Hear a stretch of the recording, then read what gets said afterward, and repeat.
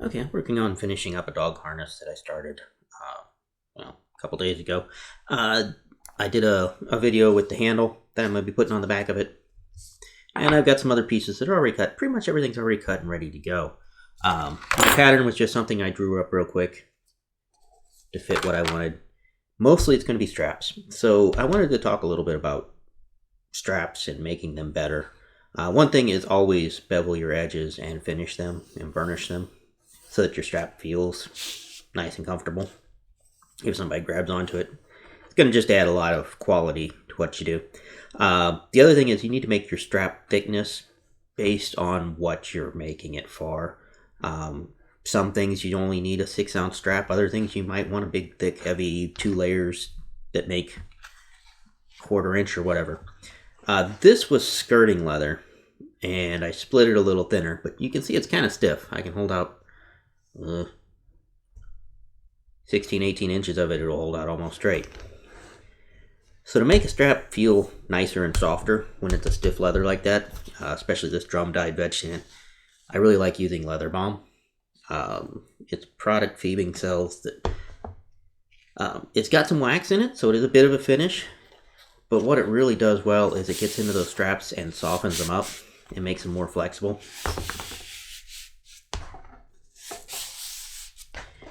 And just makes everything feel more supple and nice. But you do, like a lot of finishes that I do, I was using sheep wool shearling to apply that. It's just kind of one of my standard go-tos. Rinse it out real good, use it again. And I'll just buff it with a canvas scrap. See, it gets from this dull to kind of a nice shiny real quick. And like I said, it's a flexible strap now. One of my pet peeves that I see a lot of times on people attaching straps is they don't skive the ends of their straps where they're going to put them in. Just leave them full thickness, which of course is easier. But then when you put them through something, or when you attach them to something, you got a lump there rather than it tapering off nice and smooth. Another pet peeve, people will just attach a strap on the outside of something with rivets. Rivets do fairly well if they're being pulled on this way, a shear force, but they don't do well if they're pulled up on pull-out force. So actually you really should, if you're attaching a strap to something, put it through a slot in the leather and then attach it. Okay, let's go ahead and get this put together. I got distracted from a bit and had to come back to it. I basically got 2 straps here.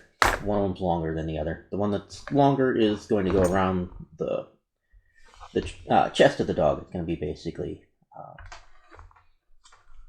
what would be a girth strap on a saddle. And everything's pretty much just going to rivet together. So it'll be an easy way to put things together. This strap, I'm going to have it come up through here.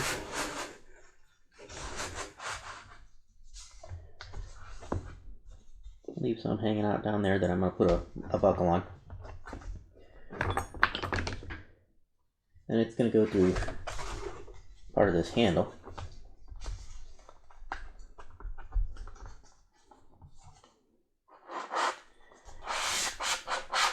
Back down through there.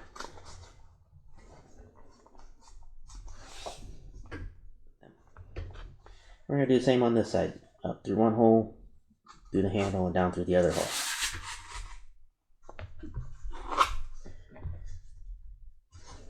Then we got a good solid handle that's attached to the strap itself going around. So if you want to grab onto the dog, you grab onto that handle and you've got a hold of their chest basically. And good control over them. I'm just going to wet this down a little bit. Right here at the end where it's going to be folded over. Just what it absorbs pretty quick. Just to make it fold a little bit better. If you're working with a leather that isn't a black piece of leather, if you're working with something natural or a real light brown, you want to be careful doing that because you'll get a water stain here. And it'll look unsightly. But with black leather, it doesn't much matter. Now, on here for the quick release clips, I'm using these really cool ones that I found online. They're a cheaper knockoff version of what's called Cobra buckles. Really good solid pieces of aluminum clips, snap together, hold really well. I think they're aluminum. These might actually be steel. I'd have to check them with a magnet. But anyway, we're going to put this side of the clip up here.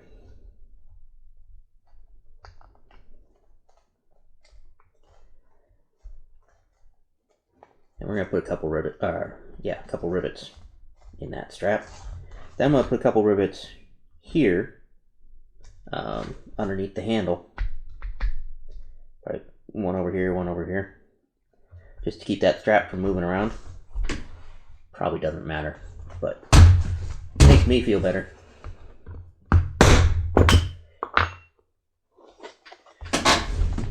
Now I use a number 2 hole punch for rivets.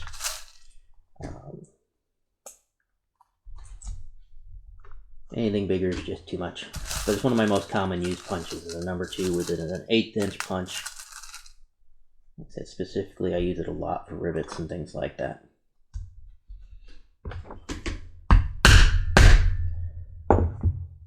Take that rivet, flatten it out a little bit.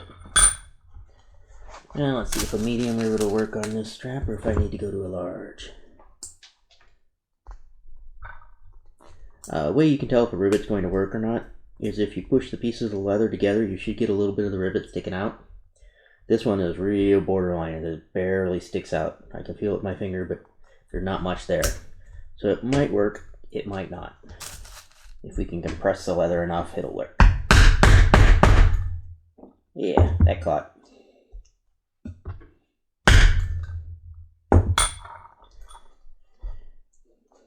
So that's riveted together. Let's put some holes in this and rivet it on there. And then I'll show you how I'm putting the adjustment on the other side of the strap.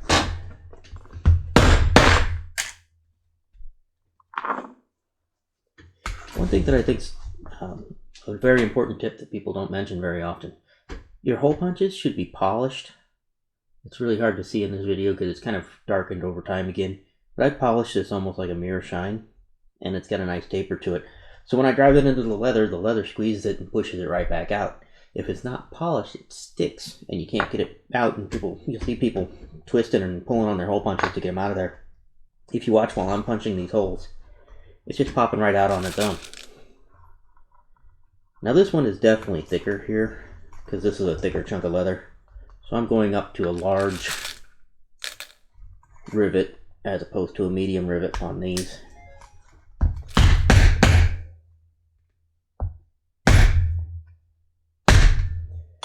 And turning the rivet setter over and flattening the rivet caps is just a personal habit. It's not necessary in any way. I just prefer the look of them when they're flattened out. Alright, now the other side of the strap. The other side of the strap we're going to need a hole punched in the end that I'm going to put a button stud in. It's sometimes called a Sam Brown stud. And these are also rivet back. They don't have a screw on them. There are screw together versions of these. I don't like them. I don't think that they stay as well as they should. These are permanent. The screw ones you can take back apart. And then I'm going to have to punch a bunch of sizing holes for that as well. The other option, and what I was considering, was using Conway Buckles, which some people like, some people don't. I personally like them. Basically, you can have a piece of leather folded back and just line up 2 holes in it. You got a hole in one piece, hole in the other piece. And this will fit through the leather, through one of the holes. And this side will go back through again, and line up with the other hole. You can see how that can make a strap loop. Just have to have 2 holes here that would line up.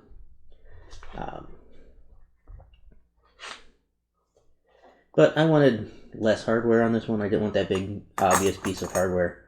So I'm going to use the button studs instead. And for that, the same 1/8 1/8" hole punch. For the sizing holes for it though, which will be, it'll fold back on itself like this until it lines up with the sizing hole you want.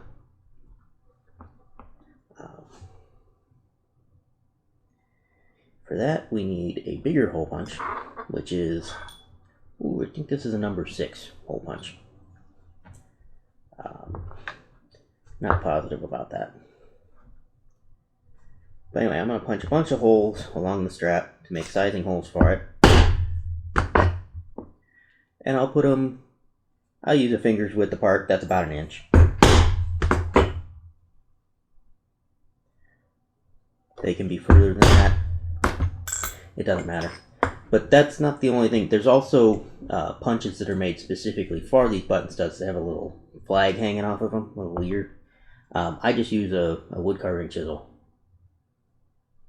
and cut a slot right next to that.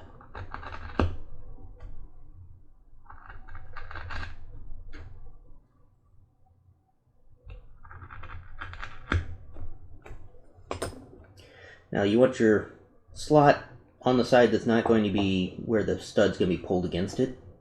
So like I said, your direction of force this way is going to be pulling this way. So you want your slot on the side that's kind of above the force, so that you got a solid chunk of hole down there for the stud to pull against once it's in there. So all the slots are going to be pointing up this way on this strap. Now this is, of course, way too many sizing holes for the size dog that I'm making this specifically for. I just think it looks better with a bunch of them. Basically, probably only going to, once you get it set to one of them, that's the only one you're going to need. Maybe another one if it grows a little bit. So before I set the button stud, as I said, these are rivet back. They're permanent. I'm going to need the keeper loop, which is just this little fella wrapped around and stapled a few times. You can stitch these, you can put them together a bunch of different ways. I've got this old plier type stapler that uses heavy staples. It was found in a box at a yard sale type of find. So I don't know if there's anything out there that uses these big wide staples like this anymore or not. I've seen ones that used smaller staples. I always like to be sure that my staples are set real good by taking a pair of pliers and squishing them a bit. Get those ends inside smoothed out some. So we got that. We're going to slide that on there.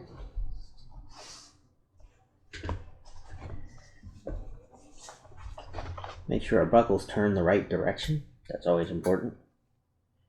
Because these have, one side has this protrusion on it and the other side doesn't. So we gotta make sure everything's turned the way we want it. And to do that, I'm just going to buckle it.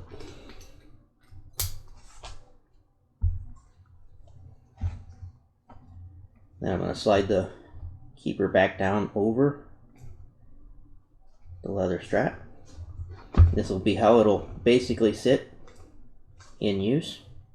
Now we just need to add our button stud so that it'll go through these holes. Again, putting it all together like this helps you keep track of which side of the leather everything needs to be on and how everything needs to be turned. So in this case, the button stud needs to go on the flush side of the leather, which if I wasn't paying attention, I know I would set it the other way around and put it out on the grain side.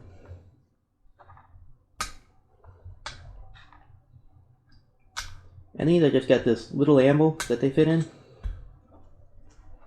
And then you take the post of the stud, and I use my regular rivet setter on that post to drive it in. These should fit pretty tight and sort of pop into place. The keeper loop can be either down here to keep the straps together, which is probably best, or it can be basically here to lock this from popping off the button stud.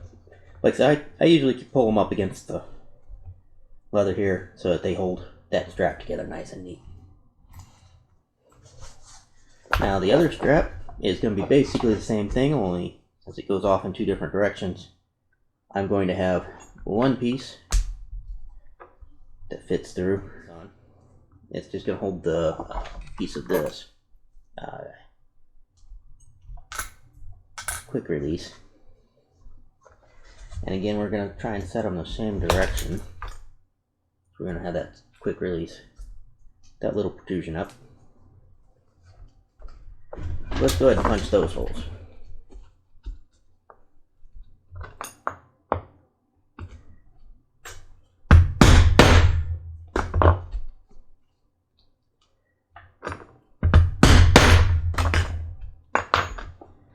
Again, this one's going to be thick enough. I'll need a large rivet.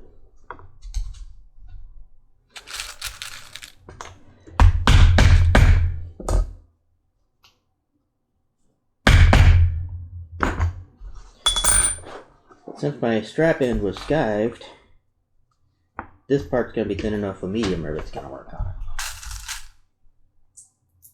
it. Which is why I have a whole tray full of different rivets.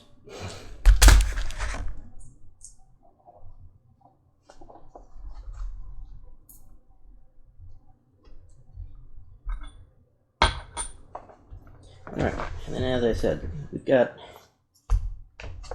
this slightly lumpy back here, which isn't too bad because everything's rounded and fairly smooth.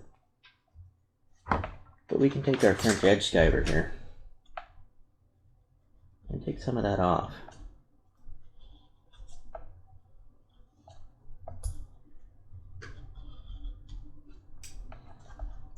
And we can take some of this off.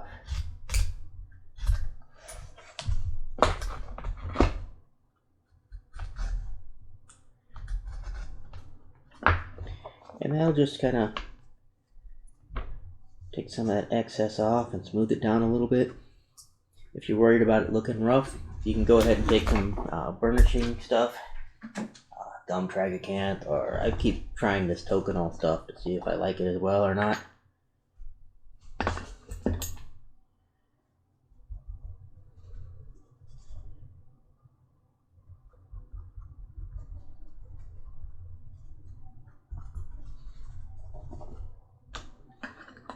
You can put it on there and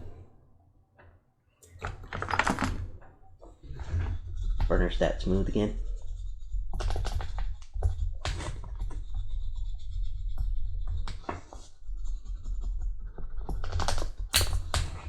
To give it a more finished look, but cut down on any hot spots and lumps that might cause trouble. We don't want an uncomfortable critter, whether it's in this case a dog, or if we're making horse tacks or something. Always think about the comfort of what's going to be wearing it. I guess this other side we're just going to rivet the strap onto. And again, I skived the straps down to a feathered edge so they taper out nice and even.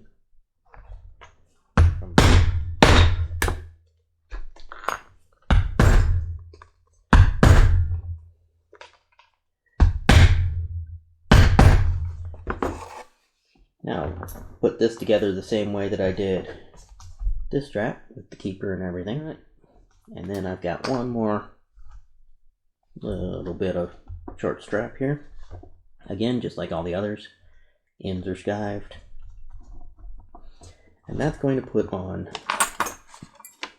a D-ring and a clip. And I'm going to probably put, just to keep them from bouncing off of each other and rattling, I'm probably going to put a rivet in there, but I'm not entirely sure it's going to stay because there will be force pulled up against it like this, so it may pop loose over time.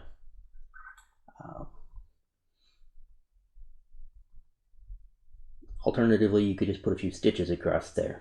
Don't want to stitch all the way across the strap, you'll cause a weak point, but just a couple of them in there would work as well. Which might be a better option. So I think I'll do that. And I've got a harness needle here. It's already got a little bit of thread on it. And I'm just going to put I've got two holes here, and I'm just going to stitch back and forth between them several times. Kind of like putting a button on. Now this is, again, not really structural, so I'm not going to worry about any particulars. I'm just stitching through until it's too stiff to pull back out. Basically, I'll need the pliers for the last couple stitches.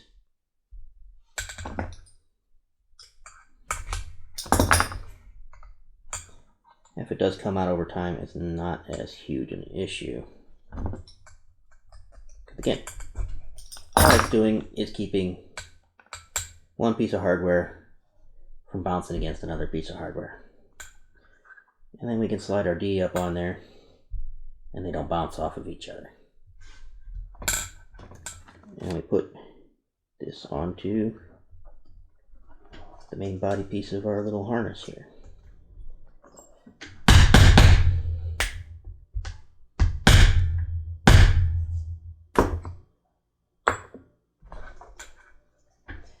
Okay,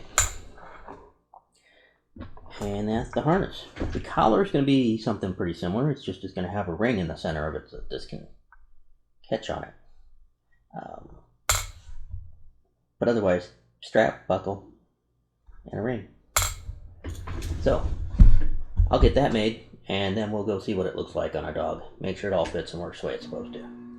Okay, now that I have the spiky collar and the dog harness all done and ready for my niece's dog, I want to see if it fits a similar sized dog, because I happen to know where one's at. My sister has a dog named Malcolm, who's very similar. We're going to go see if he can model this for us. Get a couple good pictures of it.